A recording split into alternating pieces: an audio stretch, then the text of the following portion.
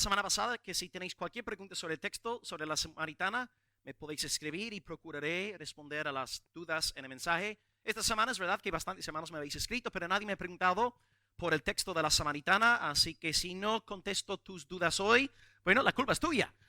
Tendrías que haberme escrito y no lo has hecho, pero bueno, vamos a estar varias semanas en este capítulo. Hoy nos pondremos más o menos en el contexto. El título de mensaje es, bueno, está sacado tal cual del texto, una expresión que todos conocemos: agua viva que salta para vida eterna. ¿Okay? Agua viva que salta para vida eterna.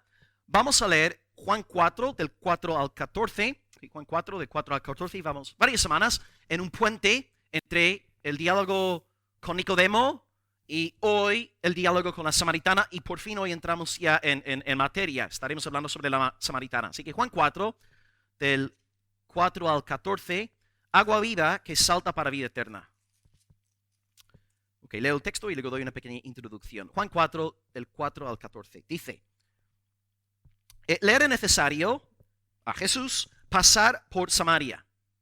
Vino pues a una ciudad de Samaria llamada Sicar, junto a la heredad que Jacob dio a su hijo José. Estaba ahí el pozo de Jacob. Entonces Jesús, cansado del camino, se sentó así junto al pozo, y era como la hora sexta, es decir, las 12 de la tarde. Vino una mujer de Samaria a sacar agua, y Jesús le dijo: dame de beber. Pues sus discípulos habían ido a la ciudad a comprar de comer. La mujer samaritana le dijo: ¿cómo tú, siendo judío, me pides a mí de beber, que soy mujer samaritana? Porque judíos y samaritanos no se tratan entre sí. Esta frase, por cierto, no es de la samaritana, es de Juan. Juan está dando una especie de aclaración editorial. Respondiendo Jesús le dijo: si tú conocieras el don de Dios y quién es el que te dice dame de beber, tú le pedirías a él y él te daría agua viva. La mujer dijo: Señor, no tienes con qué sacarla y el pozo es hondo. ¿De dónde pues tienes el agua viva? ¿Acaso eres tú mayor que nuestro padre Jacob, que nos dio este pozo, del cual bebieron él, sus hijos y sus ganados? Respondiendo Jesús le dijo: cualquiera que bebiere de esta agua del pozo volverá a tener sed, mas el que bebiere del agua que yo le daré no tendrá sed jamás, sino que el agua que yo le daré será en él, en ella, una fuente de agua que salte para vida eterna. Ahí tenemos el título del sermón: agua viva que salta para vida eterna. Una pequeña introducción y luego divido el texto. Estamos aquí, hermanos, entrando en Juan 4. Os he comentado en 3 ocasiones que hay una especie de puente entre el diálogo con Nicodemo y el diálogo con la samaritana. Ya hemos cubierto, ya hemos pasado por ese puente. Ahora entramos en el segundo diálogo. Os explico que Jesús, cuando habló con Nicodemo, que, bueno, voy a preguntároslo porque os lo he dicho en los sermones, ¿dónde habló Jesús con Nicodemo? ¿En qué parte de Israel? En Judea, muy bien, al sur. Jesús charla con Nicodemo en el sur. ¿Dónde habla con esa mujer que sale en nuestro pasaje? Samaria, que está en el centro de Israel. Entonces hemos visto que la semana pasada explicamos que Jesús tuvo que marcharse del sur. Estaba en el sur, pero eso fue por la envidia de los fariseos. Él sabía que le iban a linchar, y por eso Jesús salió del sur y decidió regresar a Galilea. Pero para poder ir hacia el norte, decidió pasar por esta zona conocida como Samaria. Expliqué también la semana pasada que Israel estaba dividido en 3 bloques en aquel entonces. En el norte tenemos una región llamada Galilea. Jesús fue criado ahí en Nazaret de Galilea. En el centro, el episodio de hoy, Samaria, la mujer samaritana está en Sicar. Y luego al sur, donde está Nicodemo, Judea, la parte más importante de Palestina, Jerusalén, la capital, donde tenían el templo. Entonces, normalmente, una persona, si tenía ganas de viajar desde el sur hacia el norte, podía pasar por Samaria. Y si la persona quisiera viajar desde el norte hasta el sur, hacía lo mismo. Pero como veremos en el mensaje, algunos judíos más estrictos optaron por no entrar en Samaria. Pero luego hablaré más sobre esto. Vamos a dividir entonces este texto en 3 puntos Y por medio de esta mujer samaritana veremos en las próximas semanas que esa dama fue utilizada para que el evangelio de Cristo tocara a todo un pueblo. O sea, no solamente vemos aquí la conversión de la samaritana, sino también la salvación de una gran multitud en el pueblo de Sicar. Tenemos entonces 3 puntos que compartí por el grupo de la iglesia ayer. Número 1, el contexto geográfico. Va a ser un punto muy breve y estaremos ahí fijándonos en versículos 4 al 6, ¿okay? Contexto geográfico. Número 2, el contexto social. Vamos a explicar aquí la tensión entre los judíos y los samaritanos. Cómo es que no tuvieron relación. Y número 3, lo más importante, la parte más sustanciosa hoy del mensaje, el contexto espiritual. Procuraré aquí explicar a qué alude el Señor con esta expresión, enigmática, agua viva. ¿A qué está refiriéndose Jesús? Así que contexto geográfico, 2, contexto social y número 3, contexto espiritual. Arranco entonces leyendo versículos 4 al 6 de nuevo. Jesús está saliendo del sur, está yendo hacia el norte y dice, le era necesario pasar por Samaria. Vino pues a una ciudad de Samaria llamada Sicar, junto a la heredad que Jacob dio a su hijo José. Estaba ahí el pozo de Jacob. Entonces Jesús, cansado del camino, se sentó junto al pozo y era como la hora sexta, es decir, las 12 de la tarde. Bien, interesante. Empezamos con una declaración extraña. Dice que le era necesario pasar por Samaria. Como acabo de explicaros, hermanos, no era necesario pasar por Samaria si tú querías viajar desde el sur hasta el norte o viceversa. Lo que muchos judíos en aquel entonces hacían era, porque no querían contaminarse, no querían entrar en Samaria, ellos decidieron pasar por el otro lado del Jordán, al oriente, subieron por una tierra conocida como Perea, que sale en vuestras Biblias si consultáis la sección de mapas, y luego Decápolis, y a partir de Decápolis ya entraban en Galilea. Esto es lo que hacían los judíos más estrictos. Así que Jesús, en términos literales, no le era necesario. Pero lo que tenemos aquí en nuestro texto, yo creo, está hablando de esta fuerte necesidad impuesta por el Espíritu Santo. Porque geográficamente hablando no era necesario. Pero espiritualmente hablando, para que Cristo alcanzara a la samaritana y al pueblo de Sicar, pues sí le era necesario pasar por Samaria. Así que entiendo esta expresión como una alusión a la obra del Espíritu Santo en Cristo, Cristo sometiéndose a la voluntad del Padre, como Él quería alcanzar a aquella mujer y al pueblo, pues sí que le era necesario, pasar por Samaria en aquel entonces. Vemos entonces que Cristo llega a un sitio de Samaria llamada Sicar. Sicar estaba ahí al lado de la heredad que Jacob dio a su hijo José. Y por cierto, los huesos de José, el patriarca de Génesis, sus huesos están enterrados ahí hasta el día de hoy, al lado de este pueblo llamado Sicar. Así que bien, otro dato geográfico más, número 6, tenemos el pozo de Jacob. Entonces es un poco como, tuvimos aquí una clase el viernes en la iglesia y Pablo utilizó la imagen de Google Maps, ¿no? Google Maps es una pasada. Cuando tú quieres estudiar sobre alguna ciudad, lo que haces es tecleas en Google, por ejemplo, Granada. Haces clic en Granada y tienes, por ejemplo, ahí Andalucía. Haces clic en Zoom o Zoom y luego puedes ver, ¿verdad? Granada la ciudad y haces clic en Zoom y puedes ver, por ejemplo, la Alhambra o una cosa concreta de Alhambra. Incluso a veces en Google Maps puedes ver a gente, ¿verdad? O personas en su coche. Y esto es lo que tenemos aquí en nuestro pasaje. Tenemos, por un lado, Samaria, luego hacemos zoom, Sicar, y volvemos a hacer zoom con el ratoncito, pozo de Jacob. ¿Okay? Samaria, Sicar, pozo de Jacob. Por ejemplo, Andalucía, Almería, General Luque. Esta es la idea. Entonces Juan empieza con lo más general y va a lo más concreto. Y Jesús llega, se pone al lado de un pozo. ¿Por qué? Porque estaba cansado. Estaba, dice el texto, cansado del camino. Seguramente Jesús llevó en aquel día, toda la mañana viajando. Son las 12 de la tarde en Almería, e incluso en noviembre, ¿no? Sudamos a las 12 de la tarde. Y Jesús entonces, con razón, si iba todo el día andando, tiene sed, está cansado y por eso quiere buscar agua. Entonces aquí, hermanos, tenemos que resaltar un dato importante que vemos en el Evangelio de Juan. Jesús es hombre. Jesús es un ser humano. Los gnósticos, los docetas decían, no, Jesús no tiene cuerpo humano, era un ser solamente espiritual, porque si Cristo tuviera cuerpo, sería pecador. Pero vemos aquí claramente, según Juan, que Jesús era hombre porque él estaba cansado.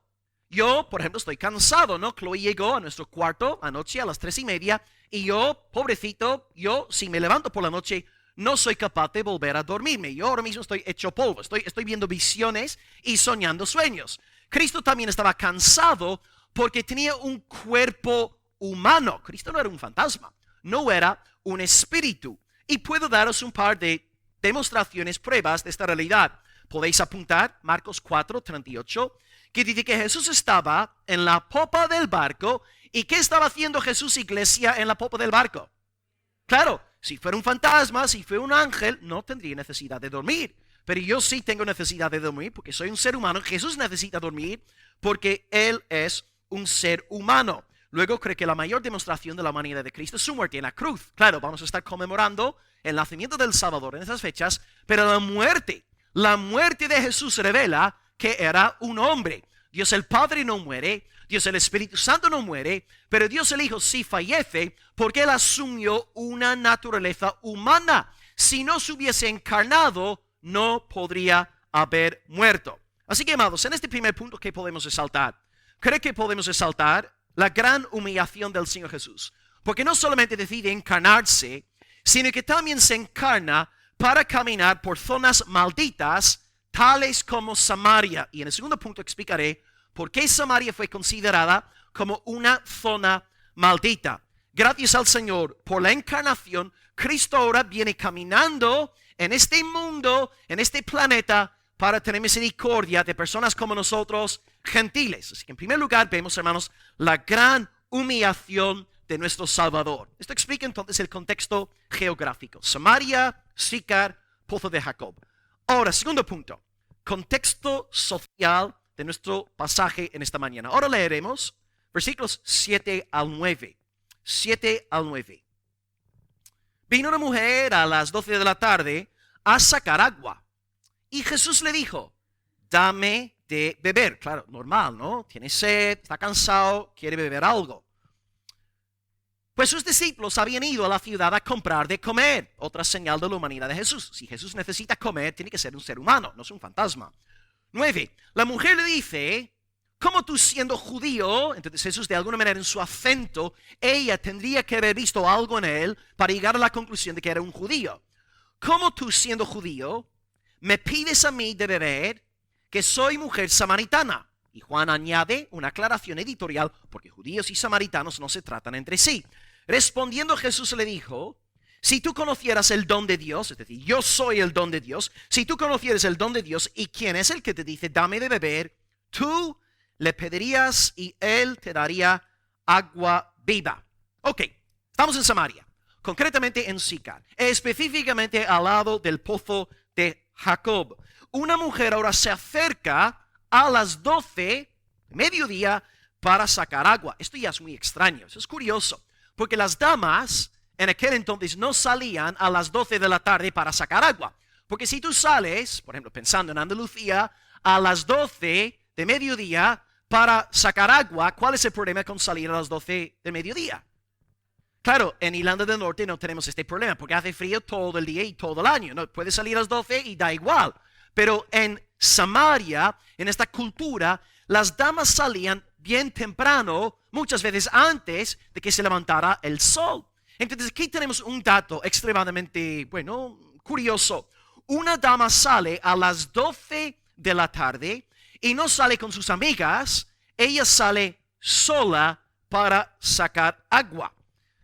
De nuevo hablaré más sobre esto en las próximas exposiciones, pero tristemente esta dama se encontraba sola porque no era un buen ejemplo de piedad. Hoy día yo sé que la gente en nuestra cultura en Europa se ríe de la inmoralidad, ¿no? Si te acuestas con 10 mujeres, eres guay, ¿no? Eres un crack, así piensa la gente. Pero en el primer siglo, en un contexto con cierto temor de Dios, estaba muy mal visto el pecado sexual. Y como veremos ya en otros mensajes, esta dama llevaba una vida sexual completamente fuera del orden establecido por Dios. Y es normal pues que fuera sola a sacar agua. La gente la miraba mal, la menospreciaba. Las madres de Sicar no querían que sus hijas se juntasen con mujeres de esta índole. Así que la mujer, sin embargo, no estaba completamente con la conciencia cauterizada. Porque hay personas hoy día, ¿verdad? Pueden pecar, pueden fornicar, pueden adulterar y les da igual, se parten de la risa, no tienen esta conciencia de pecado. Pero por lo menos en esta dama vemos que no había sido entregada a un espíritu, a una mente completamente, a una mentalidad, conciencia cauterizada. Porque ella, al estar consciente del menosprecio, no quiso salir por la mañana tempranito. Por lo menos en esta dama hubo algo ya de inquietud. Vemos que no era una mujer completamente entregada al endurecimiento de su corazón, pero volveré a tocar este tema ya la semana que viene. Lo que quiero resaltar en esta mañana, en este mensaje, es que ella era samaritana. Esta dama era samaritana y Jesús, en vez de alejarse de ella, decide entablar una conversación con ella. Y por eso la mujer dice, como tú siendo judío, me pides a mí de beber, que soy samaritana. Y Juan explica por qué los judíos y los samaritanos no se tratan entre sí. Entonces, la pregunta que tengo que contestar ahora es, ¿por qué los judíos no aguantaban a los samaritanos? Y voy a citaros un párrafo de Merrill Tenney, su libro Nuestro Nuevo Testamento. Él explica mejor que yo esta tensión social. Cuando el reino del norte, Israel, cayó delante de Siria en el año 721 a.C., deportaron a Siria numeroso pueblo israelita, sustituyéndolo por colonizado. A ver, alguien que diga esa palabra, por favor. Ahí está. Procedentes de otras tierras. Es decir, entonces los israelitas son deportados del norte, vienen gentiles, los israelitas que se quedan, entonces se casan con estos gentiles, y con la mezcla resultante de población, se afectaron tanto la sangre como el culto judíos. Los samaritanos eran entonces medio gentiles por descendencia y retenían un tanto de la, por favor hermanos, fisonomía de la religión pagana, aunque también se encomendaban al Señor. En el tiempo de la restauración de Esdras y Nehemías, los samaritanos constituyeron una comunidad separada que fue un serio rival del grupo que vivía en Judea. Y esta es la última parte. Mantuvieron un templo en el monte de Gerizim, considerado por los judíos como cismático, porque claro, el verdadero templo, ¿dónde estaba? Ya, exactamente. Entonces los judíos adoran en Jerusalén, los samaritanos montan un nuevo templo en Gerizim y dicen, esto es un acto cismático, es un acto de división. La tirantez entre los dos pueblos, judíos y samaritanos, fue tan fuerte que los judíos que viajaban de Judea a Galilea acostumbraban evitar el paso por Samaria y para ello atravesaban al otro lado del Jordán, como he explicado, y transitaban por los caminos que había sobre el borde oriental, Perea y Decápolis. Ahí tenéis, queridos hermanos, la explicación de esta tensión que hubo entre los judíos y los samaritanos. Entonces la mujer, entendiendo muy bien esta tensión social, reacciona diciendo, oye, tú, siendo judío, ¿hablas conmigo? ¿Te diriges a mí? ¿Cómo puede ser? ¿Cómo explicar esto? La mujer entendía muy bien su contexto cultural. Y no solamente está el asunto de su nacionalidad. Tenemos aquí una samaritana, este ya es un problema. El segundo problema es su sexo. Tenemos aquí a una dama, una mujer, un rabí hablando con una dama en público. En aquel entonces los rabís nunca hablaban con damas en público. Fue considerado como algo vergonzoso que un rabí, que un maestro de las escrituras entablara una conversación incluso con las mujeres de su propia familia. Así que aquí tenemos a Jesús hablando con una persona de Samaria y encima una mujer samaritana. Aquí Cristo está, por así decirlo, violando todas las leyes sociobiológicas que existían en el primer siglo. Porque Jesús, hermanos, vivía en conformidad con la palabra de Dios. Él no tenía interés en las tradiciones de los hombres. Por ejemplo, Mateo 15, él reprende fuertemente a los fariseos por haber inventado nuevos mandamientos, anulando la eficacia de la palabra de Dios. Por ejemplo, Mateo 15, versículo 3. ¿Qué aprendemos de esta lección, amados, como modo de aplicación? Aprendemos que en nuestra iglesia no puede existir ningún tipo de xenofobia. Aquí en la iglesia espero que no haya nadie que mire mal a sus hermanos de otras naciones. Cristo es el Salvador de los europeos, amén. Pero también es el Salvador de los americanos. Y somos uno en el Señor Jesucristo. Los europeos no somos mejores que los americanos.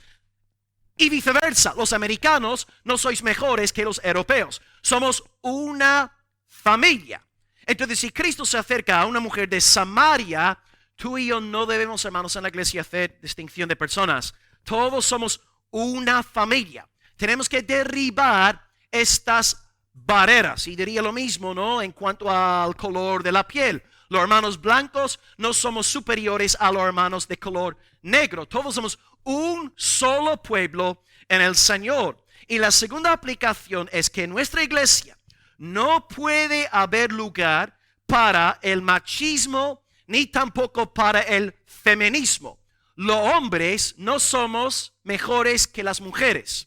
Las mujeres no sois superiores a los hombres. En algunas culturas hay una fuerte tendencia machista. En nuestras culturas occidentales hay un fuerte espíritu feminista. Pero nosotros entendemos que tanto hombres como mujeres somos justificados por la misma fe en el mismo Salvador. No podemos menospreciar a nadie por su nacionalidad, por su color de piel, ni tampoco por su sexo. Es verdad que en cuanto a la sexualidad, que Dios ha establecido llamamientos diferentes, roles diferentes, pero somos iguales. Entendemos que la palabra del Señor enseña que la dama ha de someterse a su esposo, pero también la palabra nos enseña que Jesucristo se somete a Dios el Padre.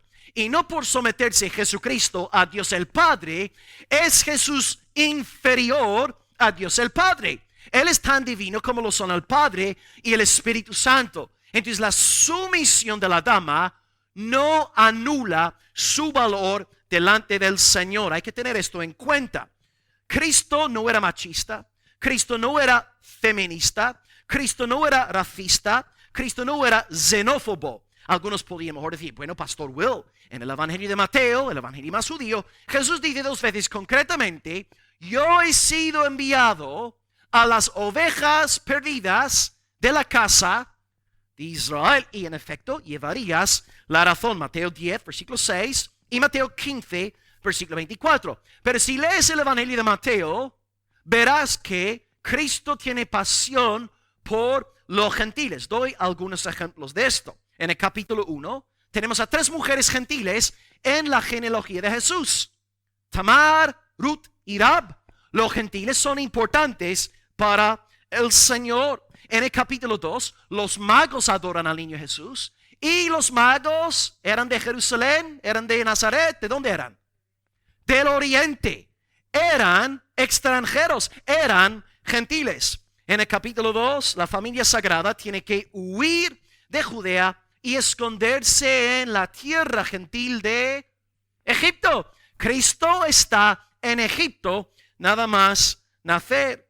En el capítulo 3 de Mateo, Jesús es llamado el siervo del Señor, y según las profecías de Isaías, el siervo del Señor iba a salvar a nosotros los gentiles. En el capítulo 4, por medio de Jesús, Galilea de los gentiles ve gran luz. En el capítulo 8, Jesús se fija en un centurión y le dice que ni siquiera en Israel he hallado tanta fe. Y sorprendentemente, hermanos, la nacionalidad de aquel centurión era, wow, un romano, un gentil siendo elogiado por el Salvador. Y Cristo dice, ni en Israel he encontrado tanta fe como en ti. Tremendo. En el capítulo 12, Cristo elogia a la ciudad gentil de Nínive por haberse arrepentido bajo la predicación de... ¿Quién fue? Jonás. Gracias, querida hermana. Estoy de nuevo medio dormido. Y también en el mismo capítulo 12, elogia a la reina del sur que vino para oír la sabiduría de Salomón. En el capítulo 15 de Mateo, Cristo libera la hija de una mujer cananea que estaba poseída por el diablo. Así que, hermanos, podría seguir. Tengo aquí más ejemplos en mi lista, pero voy a acabar con la última en la lista. La gran comisión. Jesús a finales de Mateo, finales, empezamos con la genealogía, mujeres gentiles, y acabamos con la gran comisión, donde el Señor Jesús dice, textualmente, estoy citando Mateo 28, 19, id y haced discípulos en todas las naciones. No dice, haced discípulos en Jerusalén. Sí, hay que hacer discípulos en Jerusalén. Amén, amén. Pero no hay que olvidarnos de las naciones, como bien explicó Nico en su predicación en la iglesia sobre los hechos. La idea entonces de que Jesús solamente está interesado en los israelitas es una idea falsa, incorrecta. Cristo quiere alcanzar a los gentiles. En el Salmo 2 dice el Padre al Hijo, uno de mis versículos favoritos de la Biblia, Salmo 2:8, pídeme y yo te daré por herencia las naciones y como posesión tuya los confines de la tierra. Querida iglesia, algo guay en esta mañana. Esta reunión en esta mañana es un cumplimiento de aquella profecía. ¿Aquí hay algún judío según la carne entre nosotros? ¿Algún hijo biológico de Abraham con ADN judío? No. Aquí estamos, hermanos, un grupo de gentiles salvado por la sangre del Cordero de Dios Jesucristo. Esta reunión es la prueba indubitable de que Jesucristo está interesado en los gentiles. Cristo quiere alcanzar no solamente al pueblo de Israel, sino también a los gentiles. Consiguientemente, amados, observamos que Jesús no es xenófobo, no. Jesús no es racista. Jesús no es sexista. Y ya que es así, Cristo puede entablar una conversación con esta dama, la mujer samaritana. Los fariseos, los escribas, los rabíes, ni en 1000 años se hubieran acercado a esta mujer, pero Cristo sí habla con ella porque no está condicionado por prejuicios romanos, prejuicios, incrédulos, ¿no? Bien, podemos acabar entonces el segundo punto diciendo que como iglesia, pues, es importante que no haya entre nosotros ningún tipo de sexismo, racismo, nacional, nada de esto, hermanos, nada de esto. Somos un pueblo de toda nación, de todo linaje, de toda tribu. Y si Dios ha tenido misericordia de nosotros siendo gentiles, nosotros ahora siendo gentiles no debemos menospreciar a otros gentiles. Sería una negación del amor de Cristo en nosotros. Todas las naciones son importantes para el Señor. Ahí tenéis, pues, amados, la explicación social. Y ahora entramos en la parte fuerte y seguramente la parte que más nos interesa en esta mañana, el contexto espiritual. Y vamos ahora a investigar para encontrar el significado de esta bella imagen de agua viva. Leo ahora versículos 10 al 14. Dicen, Jesús hablando con esta dama samaritana, si tú conocieras el don de Dios, ¿y quién es el que te dice, dame de beber? Tú le pedirías y él te daría agua viva. Y la mujer le dice, Señor, no tienes con qué sacarla, el pozo es hondo. ¿De dónde pues tienes el agua viva? ¿Acaso eres tú mayor que nuestro padre Jacob, que nos dio este pozo, del cual bebieron él, sus hijos y sus ganados? Jesús respondió diciendo, cualquiera que bebiere de esta agua volverá a tener sed, mas el que bebiere del agua que yo le daré no tendrá sed jamás, sino que el agua que yo le daré será en él, o en ella, ya que está hablando con una samaritana, será en ella una fuente de agua viva, que salte para vida eterna. Explicamos el contexto geográfico. Samaria, Sicar, pozo de Jacob. Luego hemos desarrollado ese contexto social, una samaritana, y luego con la cita de Merrill Tenney, explicamos esta tensión. Ahora, el significado espiritual de estos 5 versículos. ¿Qué significa esta imagen, esta expresión agua viva? Algo interesante que muchas personas desconocen es que esta expresión no fue acuñada por Jesús. Jesús encontró la expresión agua viva en las escrituras hebreas. Y esta frase sale en Ezequiel, Joel y Zacarías. En todas las predicaciones que he visto sobre este pasaje, no he visto a ningún predicador nombrar este dato. Ezequiel, Joel y Zacarías profetizan sobre aguas vivas. Ahora, lo que no vamos a hacer en esta mañana es leer en su totalidad los 3 textos. Lo que voy a hacer es resumir en 2 frases, más o menos, cada profecía, y veréis cómo encajan con lo sucedido aquí en Juan 4. El primer texto se encuentra en Ezequiel 47, del 1 al 12. Ezequiel 47, del 1 al 12. Y básicamente resumo este texto diciendo lo siguiente. Ezequiel profetiza de aguas que saldrán del debajo del umbral del nuevo templo. Así que tenemos un templo, hay aguas saliendo del nuevo templo, son aguas sanadoras, son aguas que dan vida y más importante, son aguas que se extienden más allá de Judea. ¿Okay? En Ezequiel 47, un nuevo templo, aguas salen del templo, estas aguas sanan y salvan y se extienden más allá de Judea. Primer texto. Texto número 2, Joel capítulo 3, 18, dice que habrá en la casa de Dios, en el templo de Dios, una fuente. Y esta fuente será tan potente que, según Joel, regará hasta las llanuras de Moab. De nuevo, es lo que Ezequiel nos está diciendo. Habrá un templo, saldrán aguas del templo y se extenderá más allá de Judea. Y el tercer texto, Zacarías capítulo 3, versículos 8 y 9, dice más o menos lo mismo, que habrá aguas vivas en la santa ciudad, Jerusalén, y estas aguas saldrán hacia el este y hacia el oeste, y el Señor entonces será rey sobre toda la tierra. He resumido 3 profecías en unas cuantas frases cortitas. Y ahora, hermanos, nos metemos en Juan capítulo 4. Estamos pensando en Ezequiel, en Joel, en Zacarías. Y hay 2 datos en Juan 4 que conectan nuestro episodio con las profecías del Antiguo Testamento. Dato número 1, el factor geográfico. Antes de Cristo pisar por la tierra de Samaria, ¿dónde había estado? Judea. Charló con Nicodemo después de salir del templo. Así que es muy importante que entendamos que cuando Jesús entra en Samaria, había salido de la zona del templo.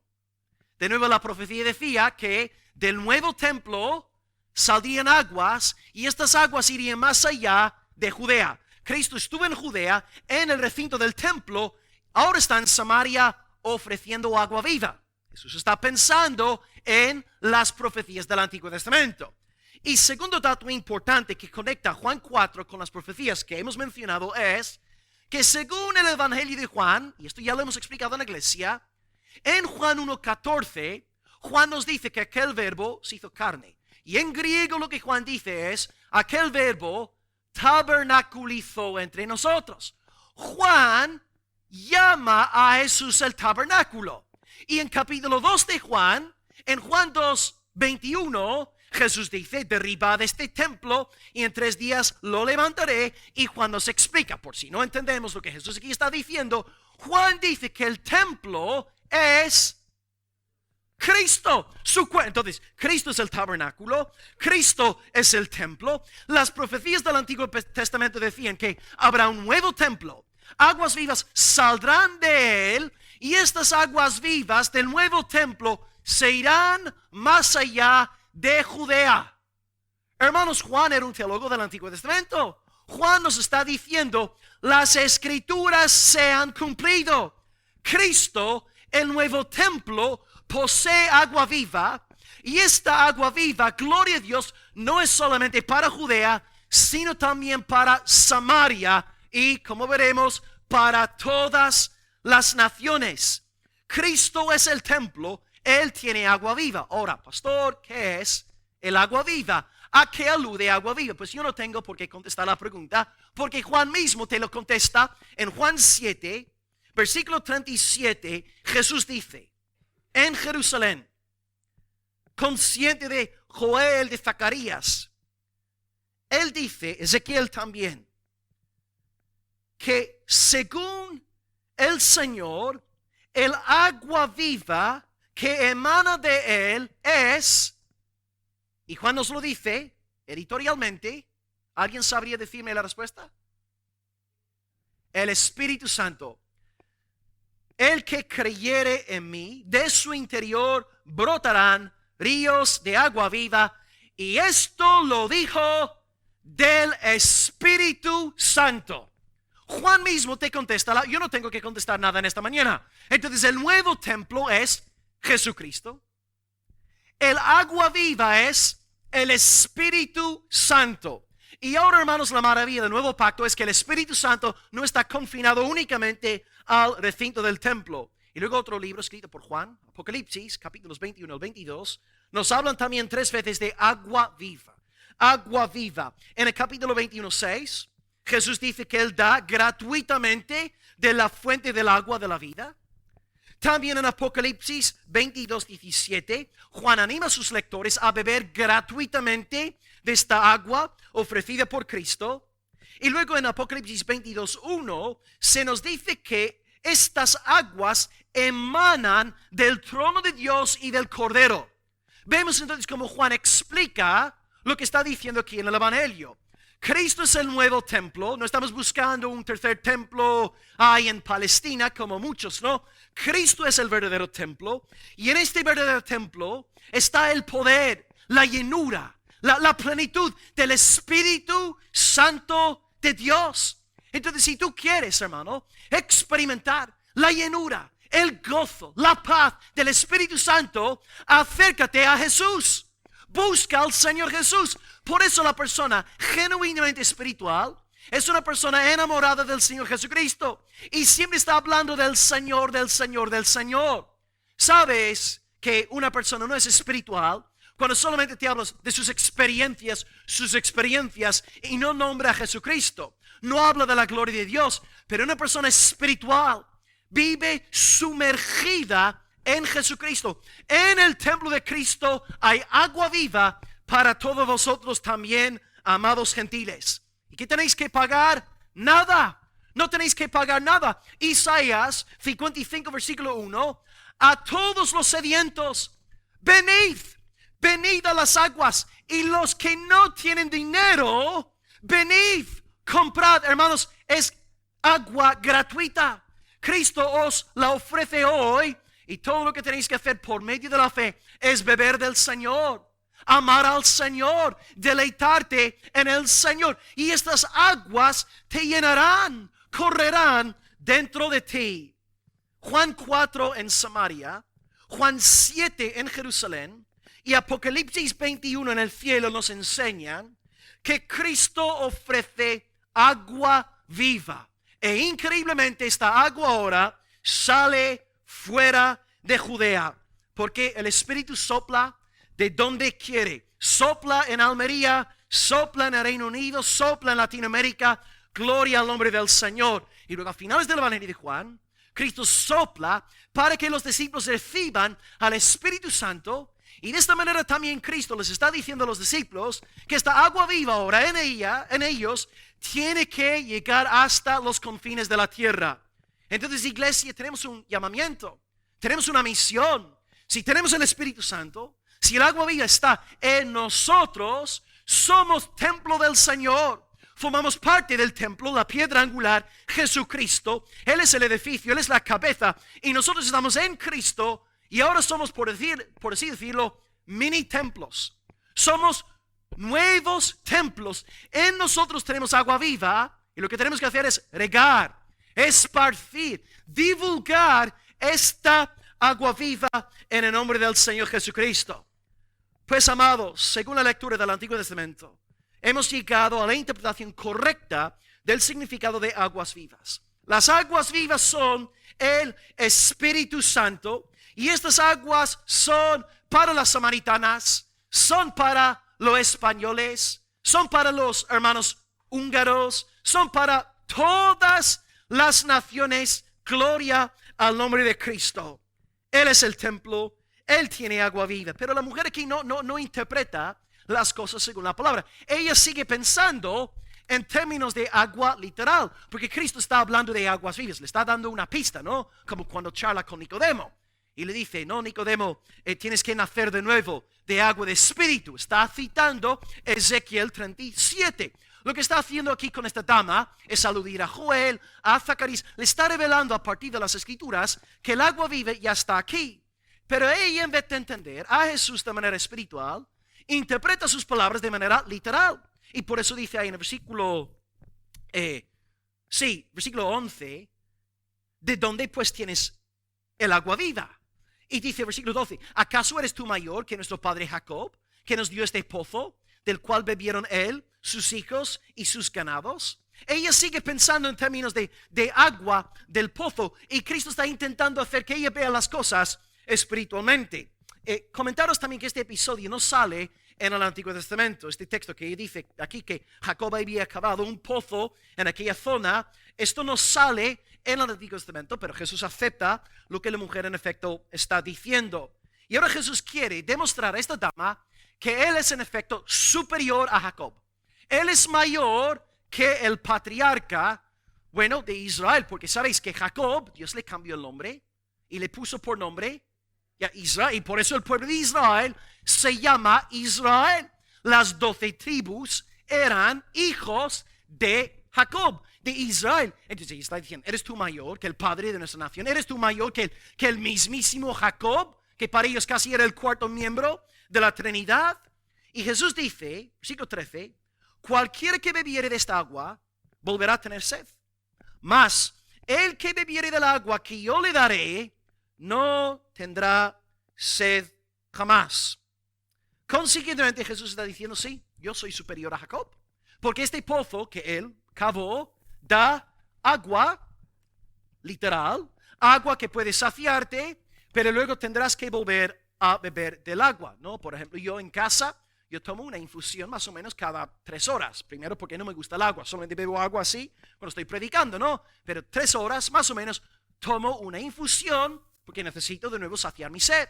Pero eso es aquí está diciendo, el agua que yo doy, el agua que yo ofrezco, sacia nuestra sed eternamente. Entonces Jesús está diciendo, sí, yo soy superior a Jacob, yo soy mayor que Jacob. De hecho, si os acordáis, a finales del capítulo 1 de Juan, él está hablando con Natanael, y Jesús le dice a Natanael, de aquí en adelante veréis al Hijo del Hombre y los ángeles del Señor subiendo y descendiendo sobre él. Esta imagen está sacada de Génesis 28. Uno de los patriarcas soñó con una escalera que conectaba el cielo con la tierra. A ver si alguien puede decirme el nombre de aquel patriarca. Jacob, ¿veis? Jacob tiene el sueño, sueña con la escalera, y Jesús dice en Juan 1, yo soy aquella escalera, yo soy mayor que Jacob. Y ahora en el capítulo 4, Jacob te da agua literal, agua de la botella, del pozo. Yo te doy agua eterna. Yo soy superior a Jacob. ¿Cómo puede Jesús decir esto? Porque en el principio era el verbo era con Dios, y el verbo era Dios. Ahí está Jacob, ahí está Abraham, ahí está Isaac, ahí están los apóstoles, ahí están los profetas, ahí están los predicadores del siglo XXI, y ahí está Jesucristo, exaltado, levantado sobre todas las cosas, el único Dios hombre, bendito por los siglos. Amén y amén. Cristo es mayor, Cristo es superior. Él ofrece agua que nos sacia eternamente. Él cumple las profecías dando agua espiritual para la gloria de Dios. Y ya que Él es mayor que Jacob, Él es la cabeza de un nuevo Israel. Israel es padre, por así decirlo, entre comillas, del linaje biológico, de aquellos que tienen ADN judío en ellos, aquellos que nacen de lomos judíos. Pero Jesucristo ahora es la nueva cabeza de un nuevo pueblo, un nuevo Israel, un pueblo ahora que sí conoce a Dios. Y por esta razón, cuando estudiamos el Nuevo Testamento, todas las descripciones que fueron usadas para hablar de Israel en el Antiguo Testamento, ahora son usadas para hablar de la iglesia gentil. Porque la iglesia está en Jesucristo. Él es el verdadero Israel. Él es mayor que Israel, Él es mayor que Jacob. Y si estamos en Él, nos convertimos en miembros del verdadero pueblo de Dios. Por ejemplo, un texto que expuse aquí en la iglesia hace 5 años, 1 de Pedro 2:9 dice, vosotros sois linaje escogido, real sacerdocio, nación santa, pueblo adquirido por Dios. 4 expresiones sacadas textualmente del Antiguo Testamento, y aquellas 4 expresiones se aplican en el Antiguo Testamento a Israel. Pero como estudiamos en la iglesia, Pedro envía su carta a 5 iglesias gentiles. ¡Wow! Pedro nos está diciendo, Nosotros somos el verdadero pueblo de Dios, el verdadero Israel.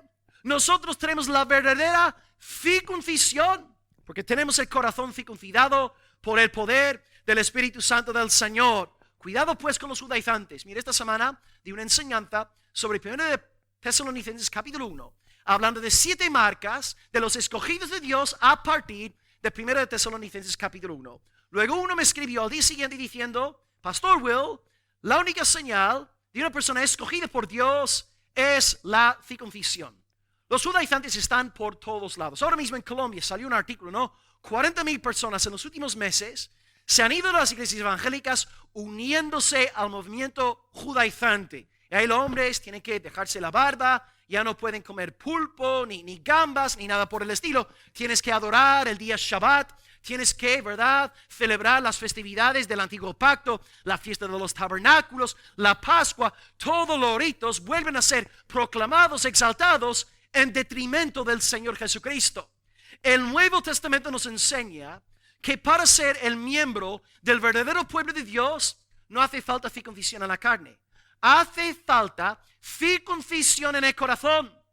¿Y cómo podemos tener el corazón circuncidado? Pablo nos dice: por medio de la fe en el Señor Jesucristo. Gálatas 3:29, por la fe todos sois hijos de Abraham por Jesucristo. Y de nuevo, cuando Pablo escribe Gálatas 3:29, no está escribiendo a santos judíos. Está escribiendo a 4 iglesias gentiles del sur de Galacia. Entonces, amado, en esta mañana, si tú crees en Jesucristo, si tú confías únicamente en Él, tú tienes el corazón circuncidado. Ya no crees en ti mismo, ya no te glorías en ti mismo. Y por lo tanto, tu única justicia es el Señor Jesús.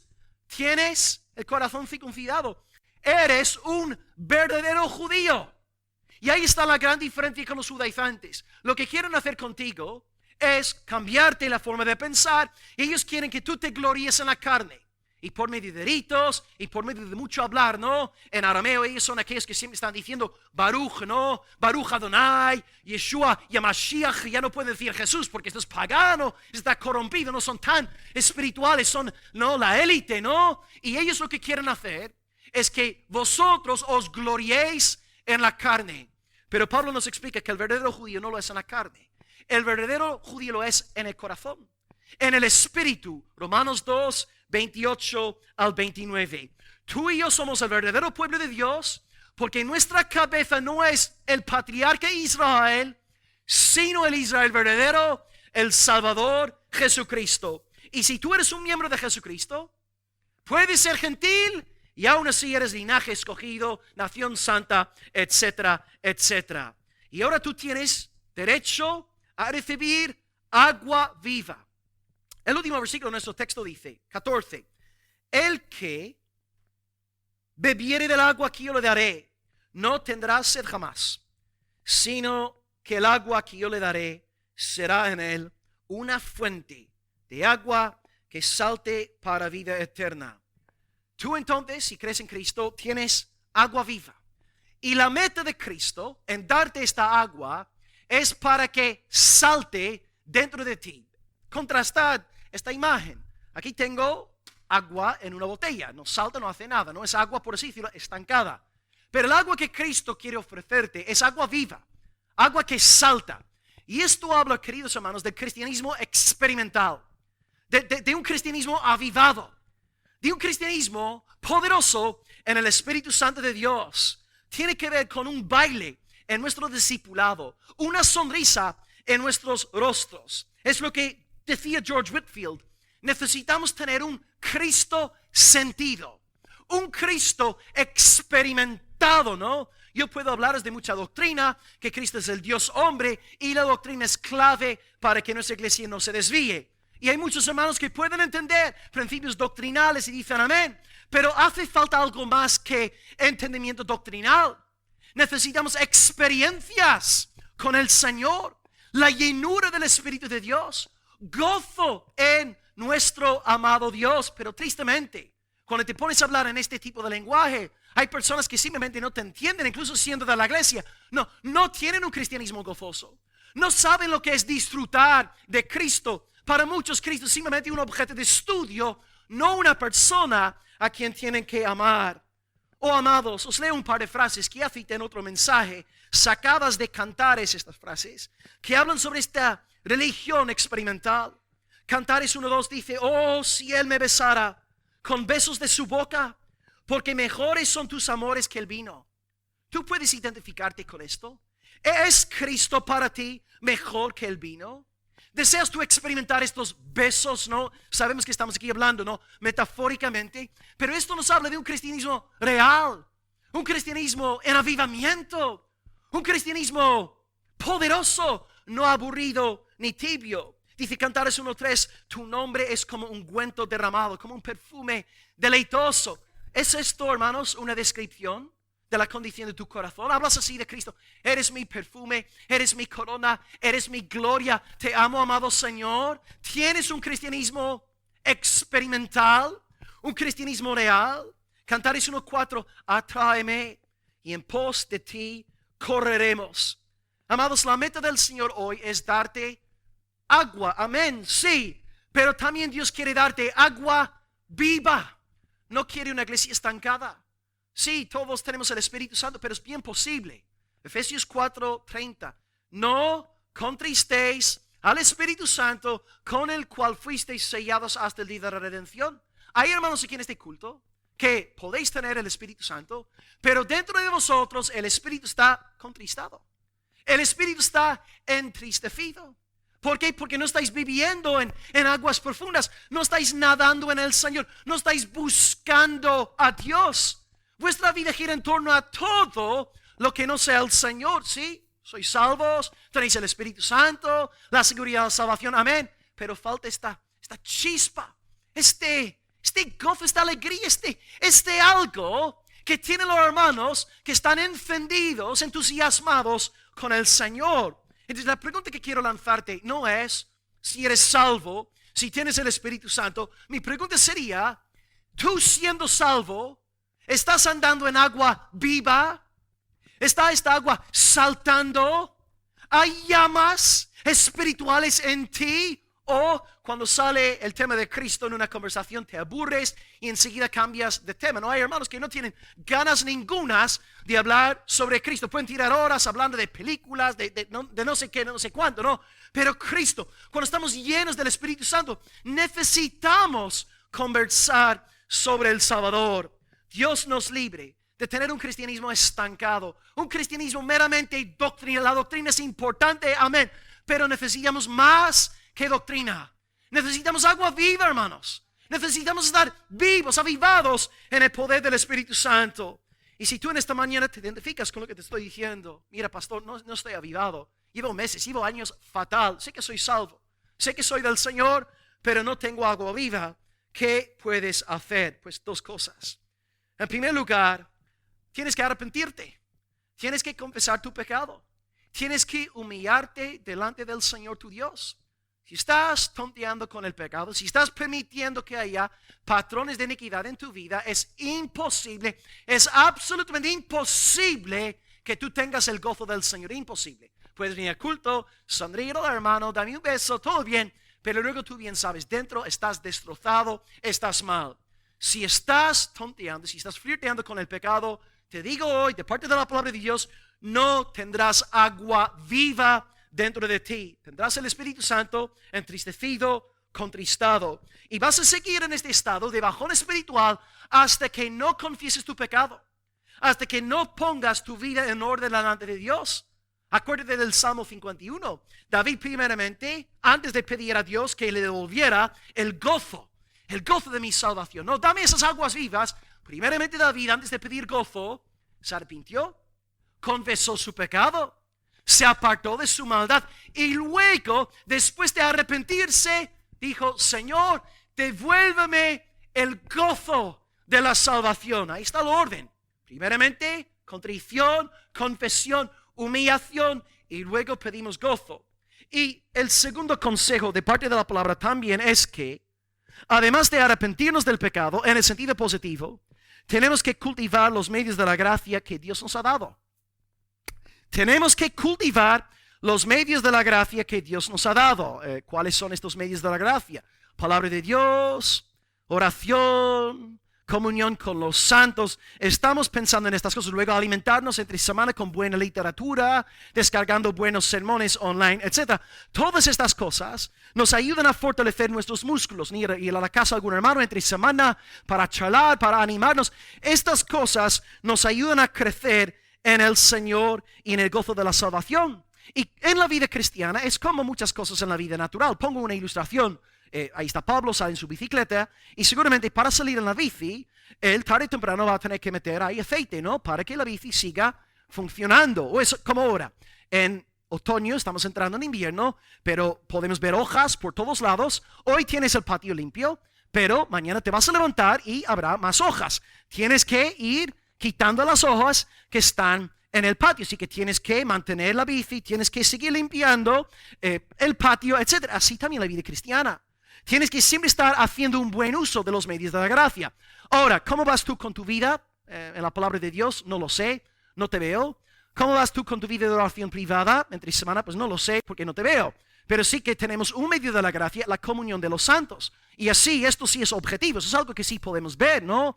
Y os digo, hermanos, con un corazón pastoral, en el temor del Señor os lo digo, no para heriros, sino para que tengáis el gozo de la salvación, porque quiero que seáis cristianos felices en el Señor. Si vuestra vida cristiana es simplemente congregarte una vez cada 2 domingos, una vez cada 3 domingos, y ya no, o a lo mejor hay personas aquí hoy, y no vamos a volver a veros hasta Navidad. Y queridos hermanos, lo siento mucho. Lo que Dios ha unido, no lo separe el hombre. Si tú no vienes a la iglesia los domingos, luego tenemos cultos presenciales entre semana, cultos incluso digitales online. Si tampoco estás con los hermanos entre semana y piensas que por congregarte una vez cada 2 domingos, una vez cada 3 domingos, que vas a estar lleno del gozo del Señor, de la alegría del Señor, lo siento mucho. Estás muy equivocado. Porque Dios te ha regalado una iglesia local a través de la cual vas a crecer.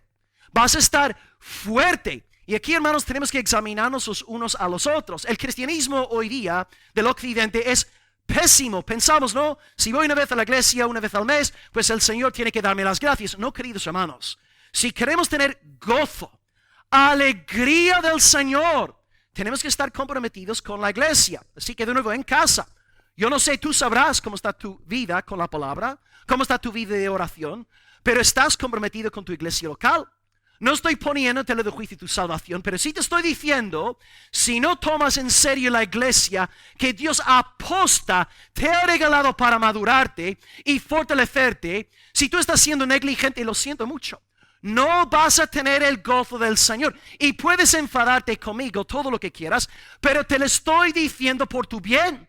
Te lo estoy diciendo porque quiero que aquí tengamos una iglesia gozosa, alegre, con agua viva.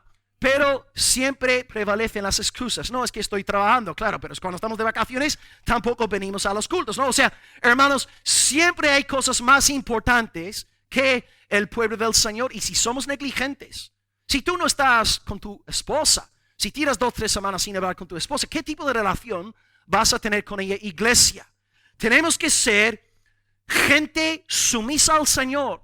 Si Dios nos da la palabra y la oración y los santos para que seamos fuertes y gozosos y alegres, por favor, no seamos necios, no seamos insensatos, no seamos sabios en nuestra propia opinión.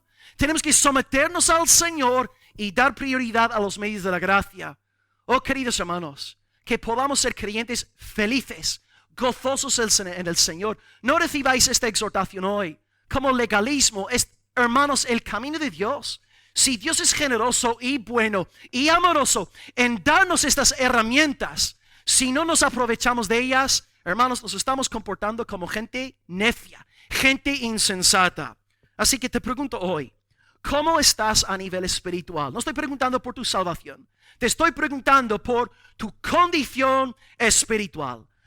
Después de este mensaje hoy, puedes decir sinceramente, sí, en mí hay agua viva. Estás saltando para vida eterna. Soy un cristiano realizado en el Señor Jesús. Estoy enamorado de Él. Amo a mi Señor. Vivo bajo cielos abiertos, por así decirlo. o estás diciendo dentro de ti mismo, es verdad, llevo meses en un bajón constante, estoy fatal, sé que soy salvo, sé que el Señor ha obrado en mí, confío únicamente en Cristo, pero por dentro estoy hundido, estoy mal, porque no tengo una relación con la palabra, no tengo una relación con Dios en oración, no tengo una relación con la iglesia local. Hermanos, hoy Dios pues os llama a arrepentiros, a poner vuestras vidas en orden. Y qué bonito saber que cuando Dios nos habla con una palabra de disciplina es para nuestro bien, porque quiere ayudarnos, quiere levantarnos, quiere colmarnos de su favor. Pero si nosotros no hacemos caso al Señor, os puedo decir que el año que viene, 2022, vamos a seguir como ahora, apagados, tristecidos, tibios espiritualmente. Querido hermano, pon tus efectos en las cosas de arriba. Da prioridad al Señor Jesucristo en tu vida. Da prioridad a la iglesia local en tu vida. Experimenta aguas vivas, aguas que saltan para la vida eterna. Que Dios pues nos dé esta clase de cristianismo experimental y que podamos tener una iglesia gozosa en el Señor Jesús. Acabo con la conclusión. Hemos hablado hoy, amados, de tres cosas: el contexto geográfico, el contexto social y luego el contexto espiritual.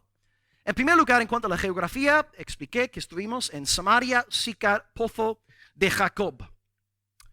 Número 2, hablamos del contexto social. Cristo no solamente habla con una samaritana, expliqué con la cita de Tenney esta tensión, sino que habla con una dama. Y recalqué que Cristo no es xenófobo, no es racista, no es machista, no es feminista.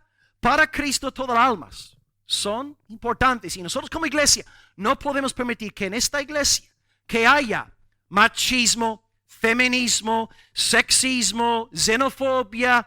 Estas cosas son barreras que Cristo ya derribó y no debemos, hermanos, volver a edificarlas. Y número 3, hablamos del contexto espiritual. Expliqué que aguas vivas está sacada tal cual esta expresión de Joel, Zacarías y Ezequiel. Y hemos visto según Juan que el nuevo templo es Jesús. En este nuevo templo están las aguas vivas, el Espíritu Santo, y estas aguas se extienden más allá de Judea. Llegan hasta los confines de la tierra. Y si estamos unidos ahora por medio de la fe a Jesucristo, nuestro Salvador, hemos también llegado a ser mini templos. En nosotros tenemos el Espíritu. Y es nuestro deber ahora llevar el Evangelio, esparcir esto por donde quiera que vayamos. Y hemos resaltado que es agua viva. Agua viva, no simplemente agua estancada como el agua que tengo en la botella. Y expliqué que si no tenemos este gozo en nuestro cristianismo, hay dos cosas que podemos hacer ahora en este tiempo de oración al acabar el culto. Primera cosa que podemos hacer es arrepentirnos, confesar nuestro pecado. Salmo 51, Señor, perdóname. Perdóname por haber tenido otros ídolos, otras prioridades en mi vida. Señor, perdóname hoy. Ten misericordia de mí. Y número 2, he dicho en sentido positivo la palabra, para ser creyentes con agua viva, tenemos que hacer un buen uso de los medios de la gracia que el Señor nos ha dejado. No podemos ser creyentes gozosos, fuertes, animados, si no hay palabra de Dios en nuestra vida, si no hay oración en nuestra vida y si tenemos una relación pésima con la iglesia local. Que Dios pues nos ayude a fomentar el uso de los medios de la gracia con el fin de que seamos creyentes gozosos, creyentes en quienes mora agua viva que salta para vida eterna. Y el pueblo del Señor dice, amén, gloria al Señor. Oremos a Dios orando por esta llenura de agua viva en esta mañana. Gloria al Señor, amén. Gracias.